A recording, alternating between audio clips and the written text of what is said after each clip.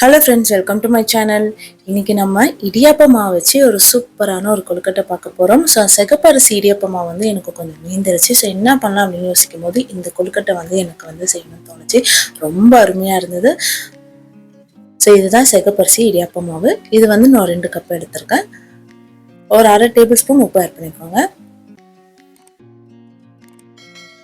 So நம்ம ஒரு கடாயில் ஒரு சின்ன கப் அளவு பாசிப்பருப்பு எடுத்துக்கலாம், சிறுபருப்பு. அதை வந்து அப்படியே ட்ரை ரோஸ்ட் பண்ணி நம்ம கொழுக்கட்டை மாவில் ஆட் பண்ணிக்கலாம். இது நீங்கள் எந்த கொழுக்கட்டை செஞ்சாலும் இந்த பருப்பை வந்து நீங்கள் ட்ரை ரோஸ்ட் பண்ணி ஆட் பண்ணி பாருங்கள், செம்ம டேஸ்ட்டாக இருக்கும்.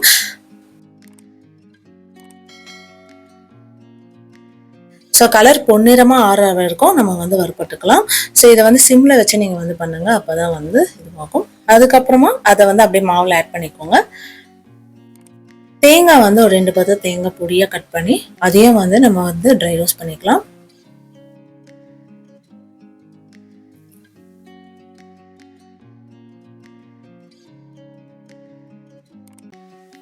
ஸோ தேங்காய் லைட்டாக வந்து கலர் மாறணுமே நம்ம வந்து மாவில் ஆட் பண்ணிக்கலாம். ஸோ எந்த கொழுக்கட்டைக்குமே இந்த பாசி பருப்பு இந்த தேங்காய் வந்து ட்ரை ரோஸ்ட் பண்ணி பாருங்கள், ரொம்பவே சூப்பராக இருக்கும். ஒரு பக்கம் தண்ணி வந்து சுட வச்சுக்கலாம். அண்ட் 1/2 டேபிள் ஸ்பூன் வந்து ஏலக்காவும் 1 டேபிள் ஸ்பூன் பெரிய டேபிள் ஸ்பூன் நாட்டு சக்கரை ஆட் பண்ணிக்கிறேன். கொஞ்சம் கொஞ்சமாக தண்ணியை வந்து மிக்ஸ் பண்ணிக்கோங்க. நம்ம கொழுக்கட்டைக்கு எப்படி மாவு பிசையணுமோ அதே மாதிரி தான் நல்லாவே வந்து சாஃப்டாக பிசைஞ்சுக்கோங்க. கொஞ்சமாக நெய் வந்து ஒரு ஃப்ளேவருக்காக ஆட் பண்ணிக்கோங்க.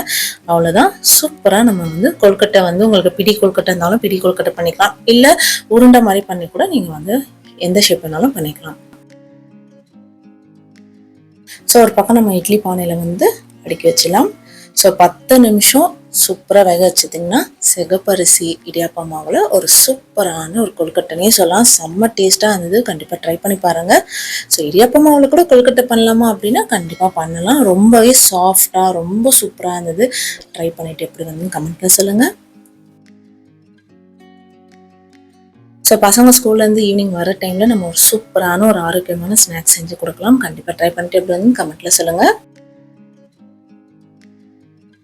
இந்த வீடியோ பிடிச்சிருந்தா நம்ம சேனல்ல ஒரு லைக் பண்ணுங்க, சப்ஸ்கிரைப் பண்ணிட்டு பாருங்க. அடுத்த வீடியோல சந்திக்கிறேன். நன்றி, வணக்கம்.